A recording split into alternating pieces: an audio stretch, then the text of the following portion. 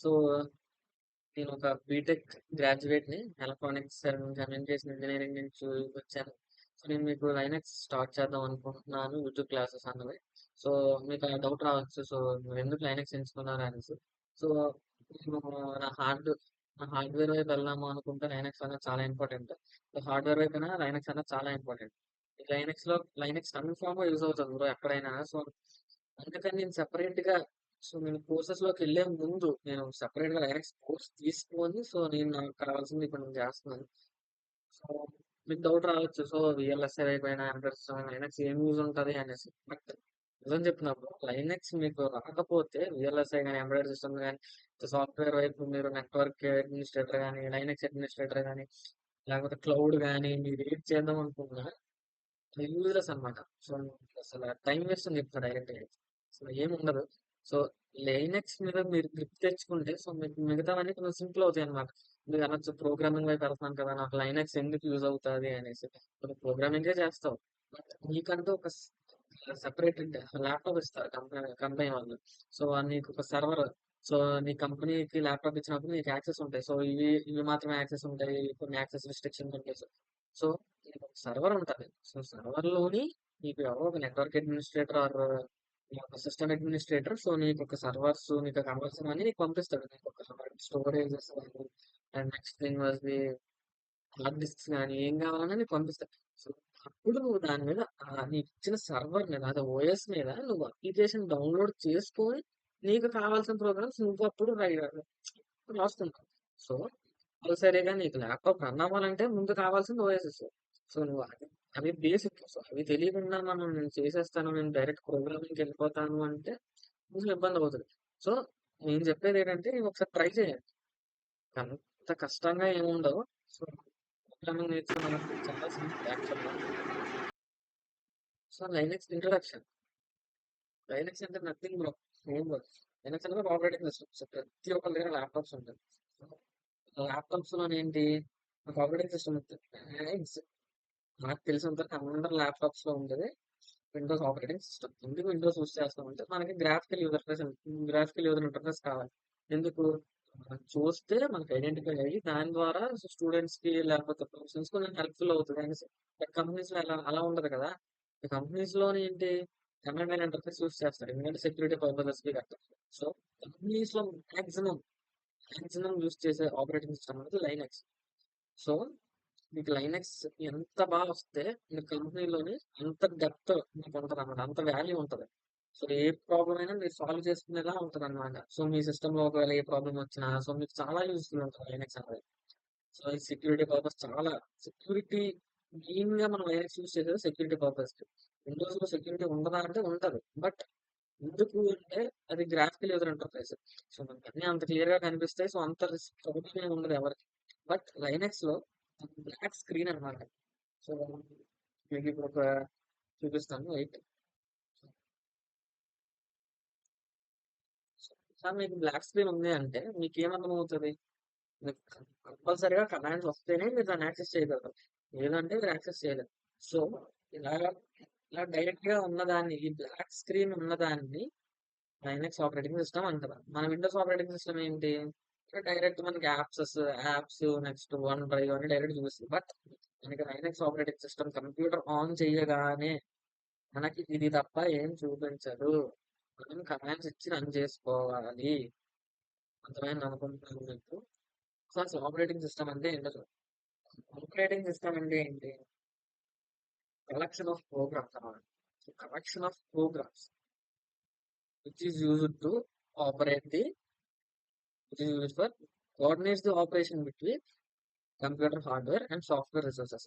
అంటే ఒక collection of programs అన్నది coordinates operations of computer hardware యొక్క ఆపరేషన్స్ సాఫ్ట్వేర్ యొక్క ఆపరేషన్స్ కి యూజ్ అవుతుంది. సో దీనివల్ల ఏంటి allows user to interact with the device. So మనం దీన్ని యూజ్ చేసుకొని డివైస్ తో ఇంటరాక్ట్ అవ్వడానికి సో ఓఎస్ యూజ్ చేసుకొని మనం డివైస్ తో ఇంటరాక్ట్ అవుతాం. సో దాన్ని ఆపరేటింగ్ సిస్టమ్ అని అంటాం. సో మీకు అర్థమైంది అనుకుంటున్నాను. ఫంక్షన్స్ ఆఫ్ ఆపరేటింగ్ సిస్టమ్ అని ఉంటుంది. చూపిస్తాను ఆగండి. నేను మీకు functions of operating system. So okay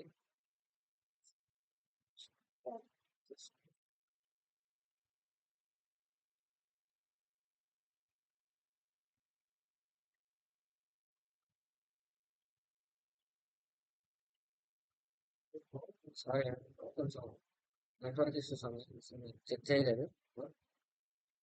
చూపిస్తా.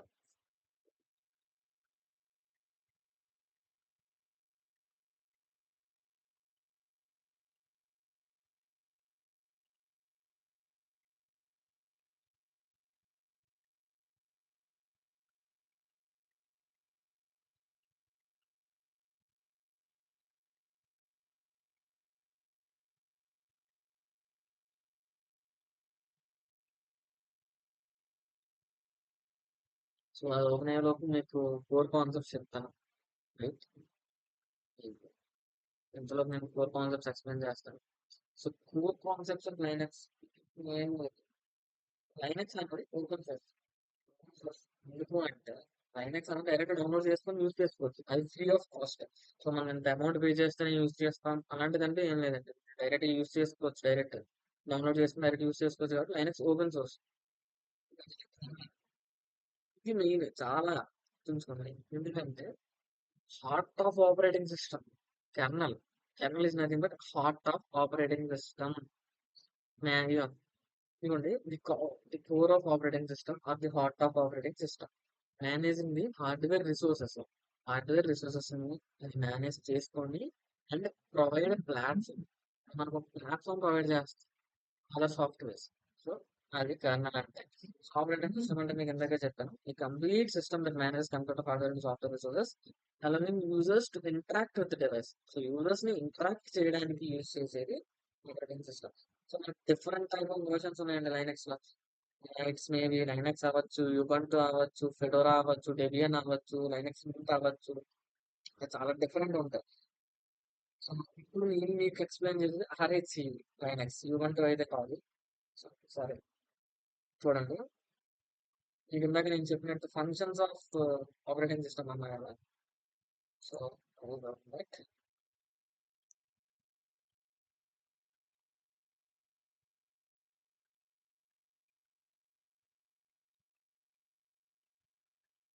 So functions.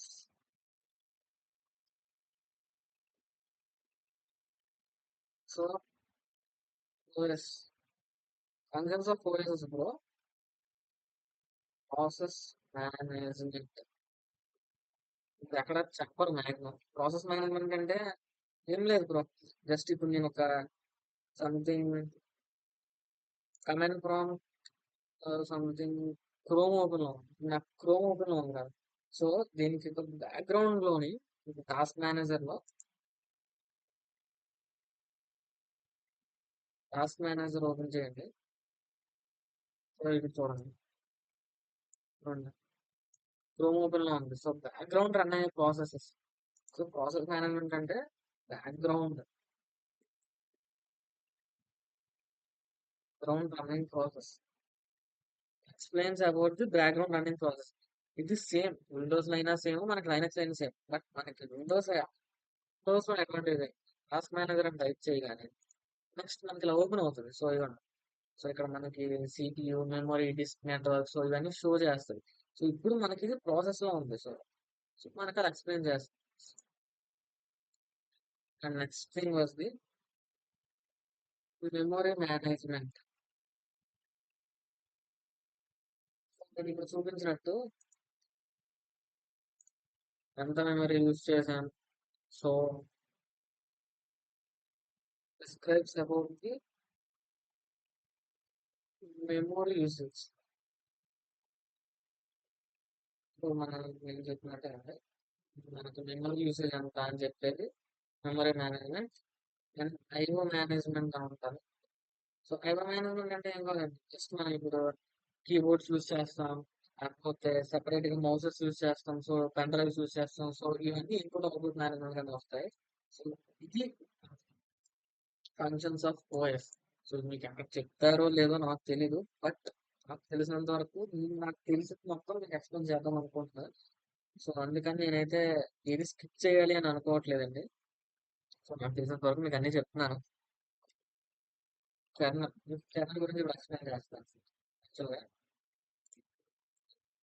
ఫస్ట్ కెర్నల్ యొక్క డయాగ్రామ్ వేస్తే కొంచెం క్లారిటీ వస్తారు.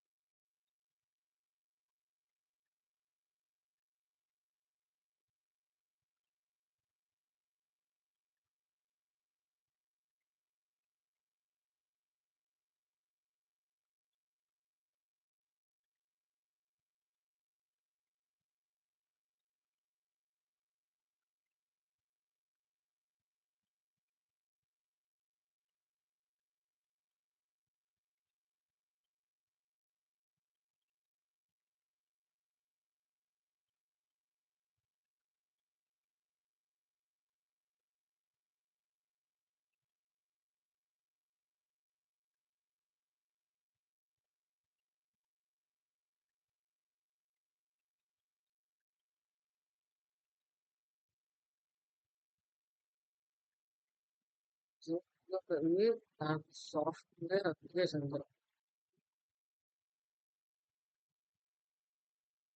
Software application. సో మళ్ళీ చెప్తున్నాను, చెక్ చేసుకోండి. సో ఈ స్టార్టింగ్ లేయర్ అన్నది ఆ సాఫ్ట్వేర్ అప్లికేషన్. నేను మీకు ఇక్కడ ఎక్స్ప్లెయిన్ చేసినట్టు నెక్స్ట్ థింగ్ వస్తుంది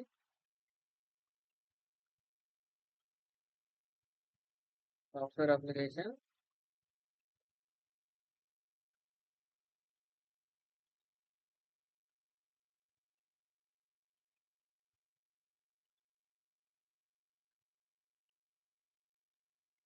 కర్నల్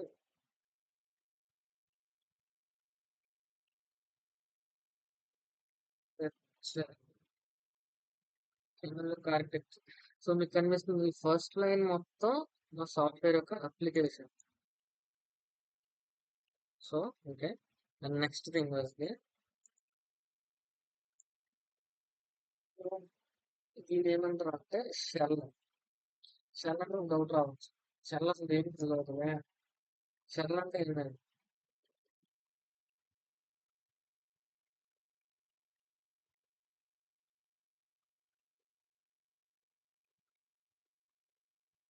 సో షెల్ అంటే nothing but human readable language to machine level readable language. So మీకు ఓకే అనుకుంటున్నాను. So shell. సో ఇది సెకండ్ లైన్ ఉంది కదా, సో ఇది. సో ఈ లైన్ అన్నది షెల్ అన్నమాట. సో ఏం చేస్తుంది అప్లికేషన్, సాఫ్ట్వేర్ అప్లికేషన్ మనకు అర్థం అవుతుంది. ఓకే. సో ఇప్పుడు మనం ఇచ్చింది హ్యూమన్ రీడబుల్ లాంగ్వేజ్ ఇస్తాం. సో కంప్యూటర్ ఏం చేస్తుంది, దాన్ని మిషన్ లెవెల్ లాంగ్వేజ్ లోకి ట్రాన్స్ఫర్ చేసుకొని సో దాని నుంచి మనకు అవుట్పుట్ ఇవ్వడానికి ట్రై చేస్తాం. So shell. సో ఈ మధ్యలో ఉండే లేయర్ ని మనం షెల్ అంటాం. సో ఈ లేయర్.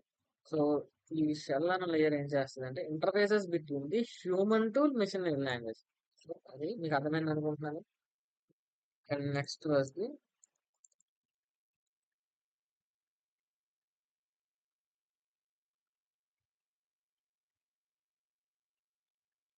ఇది kernel.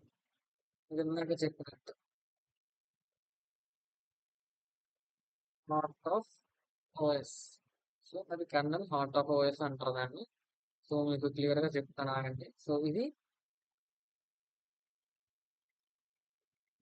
Hardware resources OS. Okay.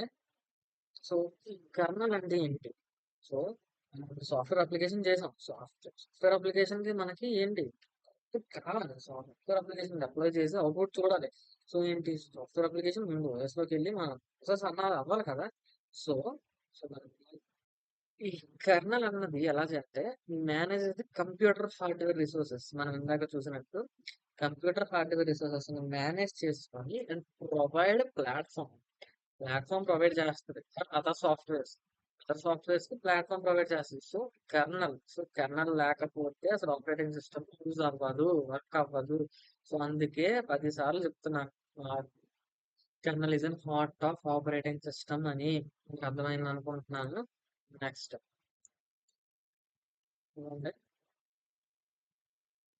Heart of OS. So function. So మనకి ఇప్పుడు సో కెర్నల్ ఉంది కదా, ప్రతిదీ కొన్ని సర్వీసెస్ ఆఫర్ చేస్తాయి. Services offered by kernel. Kernel ఎలాంటి సర్వీసెస్ ఆఫర్ చేస్తుంది అంటే control the execution, control the execution process. So నేను ఇప్పుడు ఒక సంథింగ్ ఏదో ఎగ్జిక్యూట్ అవ్వాలి అనుకుంటున్నాను. సింపుల్ గా చెప్పాలి అంటే టాస్క్ మేనేజర్ చూపిస్తాను. సో ఇదిగోండి, ఇప్పుడు నేను సంథింగ్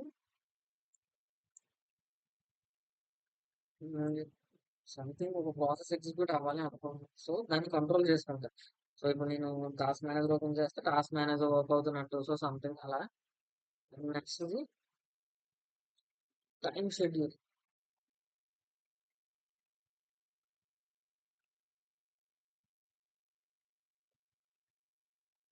చేసుకుంటే చూడండి, టైం షెడ్యూల్. వెయిట్ చూపిస్తా. నేను ఇప్పుడు సంథింగ్ టాస్క్ ఉంది. సో నాకు ఈ టాస్క్ సర్టెన్ టైంలో అవ్వాలి. So task schedule. సో ఈ షెడ్యూల్ లో అవ్వాలి అని నేను పెట్టుకుంటా. సో ఆ ఎగ్జిక్యూషన్ అన్నది, ఆ ప్రాసెస్ అన్నది సో సర్టెన్ టైంలోనే ఎగ్జిక్యూట్ అవుతుంది. సో టైం షెడ్యూలింగ్ చూస్ అవుతుంది. అలాగే సాఫ్ట్వేర్ చేస్తాను. And next thing was the memory, memory allocation. So కొన్ని ప్రాసెస్ ఒక ప్రాసెస్ అనేది ఎగ్జిక్యూట్ అవ్వాలని చెప్పారు, బాగానే ఉంది. నెక్స్ట్ దానికి సర్టెన్ టైంలో ఎగ్జిక్యూట్ అవ్వాలన్నా ఇది బాగానే ఉంది. బట్ దానికి మెమొరీ అలా. సో ఇప్పుడు నేను ఒక ప్రాసెస్ ఉంది. సో ఆ ప్రాసెస్ కి ఇంత డేటా లేకపోతే ఇంత మెమొరీ ఉంటుంది, సైజ్ ఉంటుంది. సో ఆ అలొకేషన్ ని కూడా మనకి కర్నల్ అనేది ఒక సర్వీస్ గా ఇస్తుంది. సో ఈ త్రీ టైప్ ఆఫ్ సర్వీసెస్ అన్నది మనకి కర్నల్ ఆఫర్ చేస్తుంది. గుర్తుంచుకుంటే మ్యాక్సిమం ఇంటర్వ్యూలు అడుగుతారు, types of services provided by the kernel or offered by the kernel అని. ఒకవేళ లైనక్స్ మాత్రం పెడితే సో ఇది. అండ్ నెక్స్ట్ మీకు కర్నల్ ఆర్కిటెక్చర్ నేను డ్రా చేసి చూపించాను. సో ఇది కర్నల్ ఆర్కిటెక్చర్. సరే చూసుకోండి. నెక్స్ట్ థింగ్ వాజ్ ది మనం యూజ్ చేసేది ఏంటి, ఆర్హెచ్సి. సో ఇప్పుడు నేను మీకు చెప్పేది ఆర్హెచ్సి. ఆర్హెచ్సి అంటే ఏంటి కాదండి, Red Hat certified, certified engineer అంటారు. Linux actually.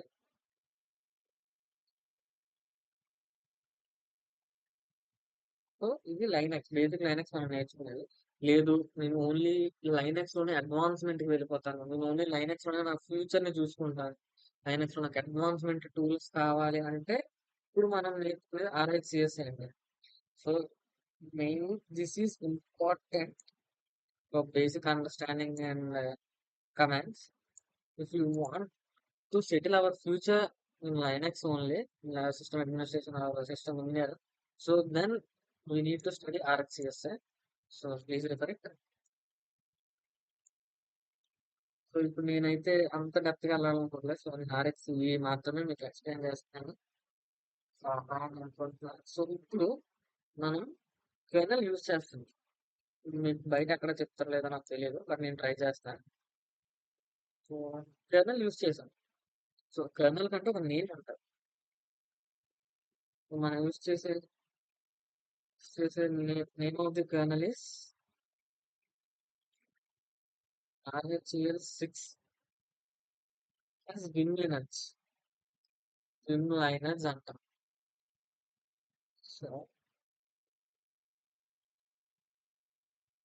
గుర్తుంచుకోండి, Vim Linux అనేది చాలా చాలా ఇంపార్టెంట్.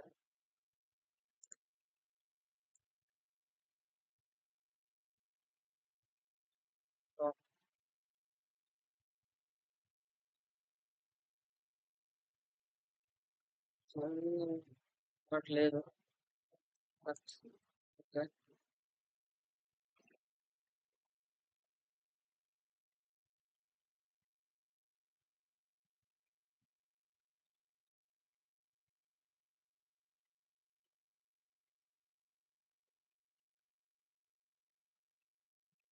నెక్స్ట్ చాలా ఇంపార్టెంట్ అండి, అది గుర్తుంచుకోండి. Name of the colonel, user name of the colonel. Next colonel image name అని అడుగుతారు. కర్నల్ ఇమేజ్ నేమ్ అని అడగచ్చు.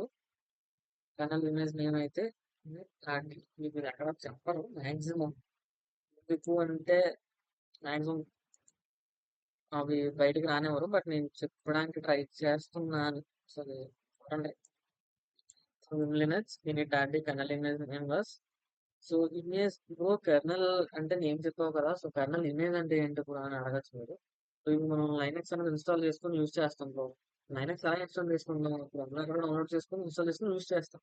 బట్ మనకి ఇమేజ్ ఉండాలి. సో ఏంటి మీకు చెప్తున్నాను, ISO image. So ISO image లేకుండా మనం ఆపరేటింగ్ సిస్టమ్ మనం డౌన్లోడ్ చేయలేము అన్నమాట. సో యాక్చువల్ గా మనకి అది ఫ్రీగా దొరుకుతుంది. మీకు క్రోమ్ లో ఎదిగితే మాక్సిమం ఫ్రీ. అందుకే అన్నాం మనం ఫ్రీ ఓపెన్ సోర్స్ అని. ఐఎస్ఓ ఫ్రీ దొరుకుతుంది. సో ఆ ఐఎస్ఓ ఇమేజెస్ నేమ్, సో మనకి కర్నల్ నేమ్ ఏంటి, ఆర్హెచ్ పిఎల్6 కి లినక్స్ అన్నాం. సో కర్నల్ ఇమేజ్ కి సో ఐఎస్ఓ ఇమేజ్ యూజ్ చేస్తాం. సో ఆ ఇమేజ్ యొక్క నేమ్ మనకి ఇనిట్ ఆర్డి. ఒకసారి చెక్ చేయండి దాన్ని. ఐఎస్ఓ ఇమేజ్ మనం ఇన్స్టాల్ చేసి దాన్ని యూజ్ చేస్తే మాత్రమే లైనక్స్ మనం వర్క్ చేయగలం. సో లేకపోతే లైనక్స్ వర్క్ చేయడానికి అసలు తప్పదు. సో ఒకసారి రెఫర్ చేయండి. మనం ఇందాక చెప్పాం కదా,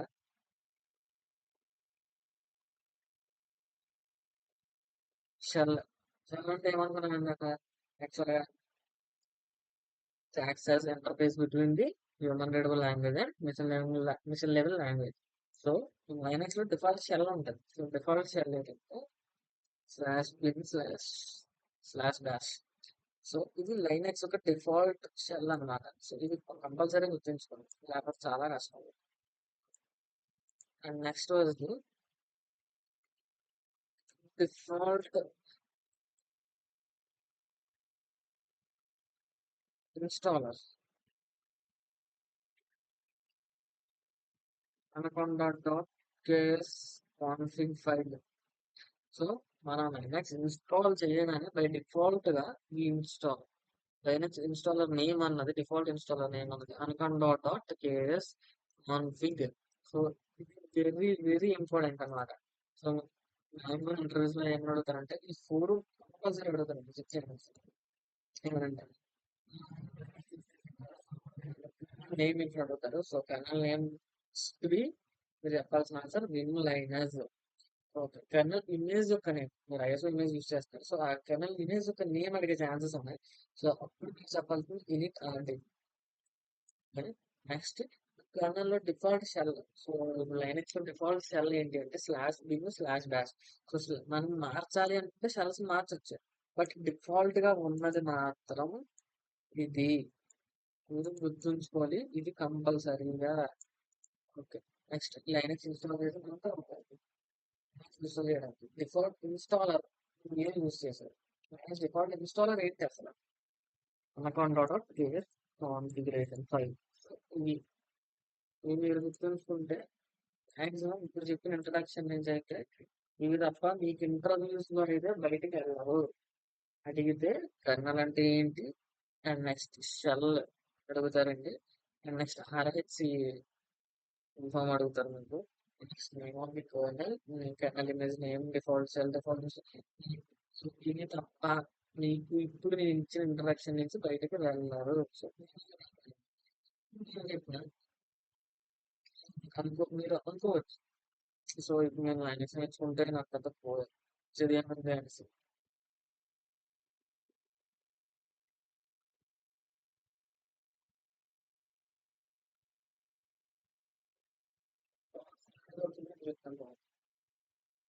ఫస్ట్ టైం అసలు సిస్టమ్ సిస్టమ్ ఇంజనీర్ జాబ్స్ ఉంటాయండి.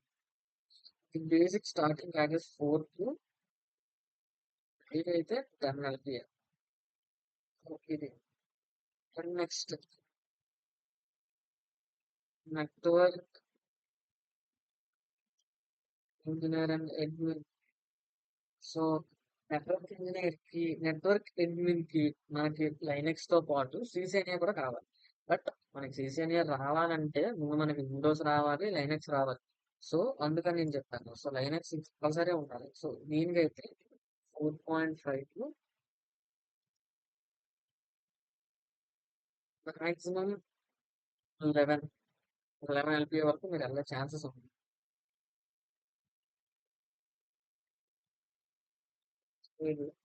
And next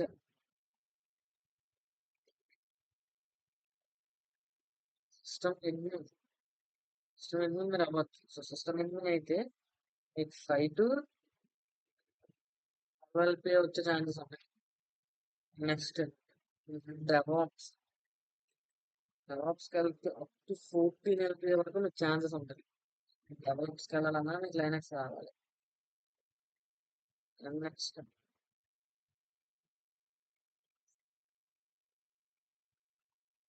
cloud solution architect. Cloud solution architect అయితే మీకు మినిమం 12 ఎల్పి వరకు ఉండొచ్చు. Starting from 4 to 12 LP. But మీకు క్లౌడ్ వైపు వెళ్ళాలన్నా మీకు విండోస్, లైనక్స్, ఆ తర్వాత మీరు cloud something AWS or Azure or GCP నేర్చుకోగలరు. ముందు మీకు కంపల్సరీగా కావాల్సింది లైనక్స్, విండోస్ కంపల్సరీ కావాలి మీరు క్లౌడ్ వైపు వెళ్ళాలనుకున్నా. సో ఇప్పుడు నేను చెప్పేది బేసిక్ జాబ్స్. సో ఇలాంటివి చాలా జాబ్స్ ఉన్నాయి. సో ఇప్పుడు మీరు ఒకవేళ మీరు హార్డ్వేర్ వైపు వెళ్ళాలి అనుకున్నా, మీరు సంథింగ్ విఎల్ఎస్ఐ నేర్చుకోవాలనుకున్నా మీకు లైనక్స్ నేర్పిస్తారు. ఎంబ్రాయిడ్ సిస్టమ్స్ నేర్చుకోవాలనుకున్నా మీకు లైనక్స్ నేర్పిస్తారు. సో ఒక్కసారి చూడండి, లైనక్స్ అంత కష్టమైతే ఏం కాదు. సో మీరు నేర్చుకుంటే చాలా సింపుల్ గా వస్తుంది. చాలా మంది 4th ఇయర్స్ కూడా అసలు లైనక్స్ అంటే ఏంటో ఇంతవరకు తెలియదు వాళ్ళకి. మాక్సిమం వాళ్ళు ఎప్పుడు విండోస్ తప్ప లైనక్స్ ఎప్పుడు చూసుకుంటారు. సో వాళ్ళకి ఇప్పుడు మీరు వెళ్ళి లైనక్స్ అంటే ఏంటి అని అడిగినా వాళ్ళకి ఏం తెలియదు. ఎందుకంటే అసలు లైనక్స్ అంటే వాళ్ళు అసలు వినే ఉంటారు ఇంతవరకు. బట్ లైనక్స్ అనేది ఒక క్రూషియల్ రోల్ ప్లే చేస్తుంది మన లైఫ్ లో. సో ఇది గుర్తుపెట్టుకోండి. ఇప్పటి వరకు నేనైతే ఇవి చెప్పాను మీకు. సో ఈ రోజు ఏం చెప్పానంటే ఇంట్రడక్షన్ చెప్పాను, లైనక్స్ యొక్క కోర్ కాన్సెప్ట్స్ చెప్పాను, అసలు ఓఎస్ అంటే ఏంటి చెప్పాను, ఓఎస్ యొక్క ఫంక్షనాలిటీస్ చెప్పాను, నెక్స్ట్ కర్నల్ అంటే ఏంటో చెప్పాను, సర్వీసెస్ ఆఫర్డ్ బై కర్నల్ చెప్పాను.